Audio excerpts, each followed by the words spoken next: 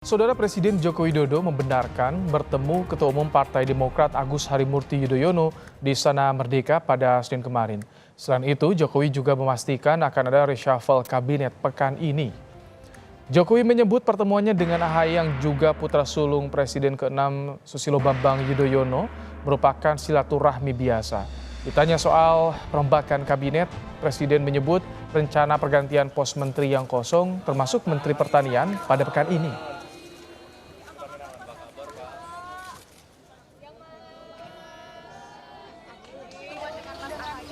Ya biasa ya, pertemuan silaturahmi berbicara hal-hal yang biasa lah kita bicarakan, ketemu dengan dengan partai.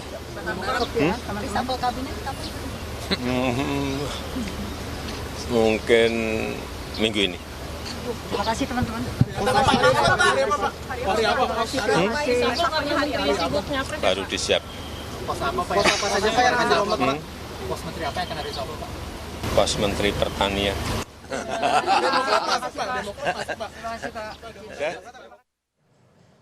Sebelumnya, Ketua Umum Partai Demokrat Agus Harimurti Yudhoyono atau AHY menemui Presiden Joko Widodo di Istana Merdeka, Jakarta pada Senin petang kemarin. AHY bertemu Presiden Jokowi sekitar pukul 17.30 hingga menjelang pukul 6 sore. Mobil yang ditumpangi AHY masuk dan keluar melalui gerbang kompleks Istana Kepresidenan di Jalan Merdeka Utara. AHY masuk melalui pintu Bali, Arena Wisma Negara, samping Istana Merdeka. Apakah pertemuan antara Presiden Jokowi dan AHY di Istana Senin petang kemarin jadi sinyal Demokrat akan mendapat jatah kursi menteri? Jika benar, Demokrat akan mendapat kursi ini. Ada kaitanyakah dengan dukungan Demokrat untuk Gibran sebagai cawapres? Kita akan ulas bersama dengan pengamat politik dari SMRC, Saidiman Ahmad. Selamat sore, Mas Saidiman. Selamat sore. Mas Saidiman, kode yang ditampilkan Jokowi dan AHY ini mengarah sinyal kuat kalau Demokrat masuk kabinet, AHY jadi mentan. Iya, sebenarnya isu mengenai kemungkinan Partai Demokrat masuk kabinet pemerintahan Pak Jokowi kan sejak awal sudah muncul. Bahkan sebelumnya sudah ada mulai koordinasi atau pembicaraan dengan Puan Maharani sebelumnya, antara AHY dengan Puan Maharani. Bahkan ada rencana pertemuan SBY dan Megawati Soekarno Putri sebelumnya, tetapi kemudian itu tidak berlanjut. Dan saya kira kalaupun sekarang ada isu yang kuat bahwa Demokrat akan masuk kabinet ditandai dengan pertemuan AHY dengan Presiden Joko Widodo, saya kira itu bukan sesuatu yang mengejutkan karena sebelumnya sudah ada presiden itu, sudah ada tanda-tanda itu.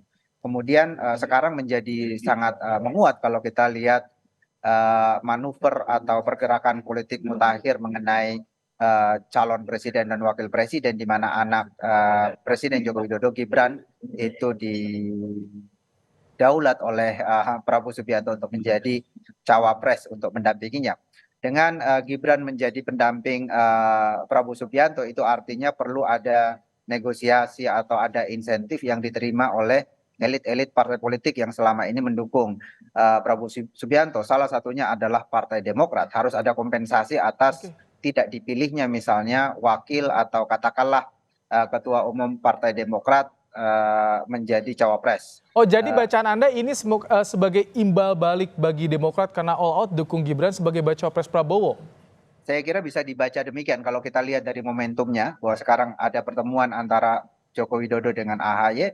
Saya kira ini momentumnya adalah momentum pendaftaran capres-cawapres dari kubu Prabowo Subianto. Dan karena wakil dari Partai Demokrat yang juga mendukung partai ini, mendukung Gerindra untuk mengusung Prabowo Subianto, tidak diambil, jadi kita bisa baca salah satu argumen yang kita bisa kemukakan di sana adalah bahwa ini Partai Demokrat adalah satu-satunya partai parlemen yang sekarang mendukung Prabowo Subianto yang belum ada jatah kursinya di kabinet. Sementara Koalisi Indonesia Maju sekarang ini belakangan ini semakin kental terasa bahwa ini adalah koalisi partai-partai yang mendukung pemerintahan Pak Jokowi. Jadi perlu ada hitung-hitungan semacam itu.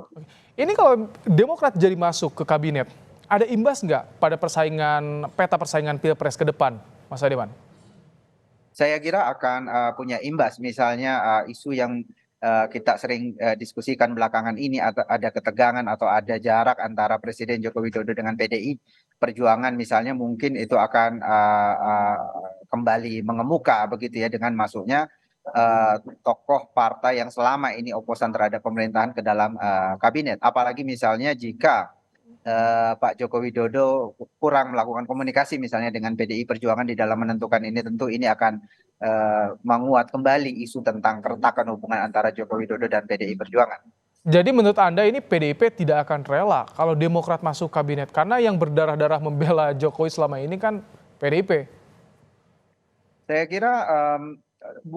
kira bukan soal rela atau tidak, tetapi apakah keputusan Presiden Joko Widodo memasukkan AHY misalnya ke dalam kabinet itu melalui koordinasi terlebih dahulu dengan PDI Perjuangan atau tidak.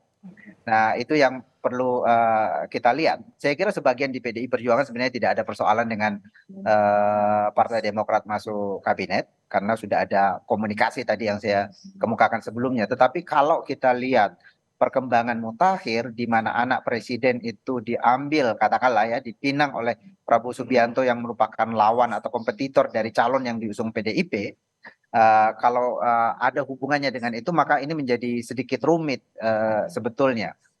Apakah komunikasi antara Joko Widodo dengan partainya akan menjadi lebih akan tetap oke gitu dibanding sebelumnya? Saya kira itu yang butuh kita lihat, karena ada perkembangan mutakhir, yaitu merapatnya anak presiden ke Prabowo Subianto yang ini juga merupakan kader Partai Demokrasi Indonesia Perjuangan.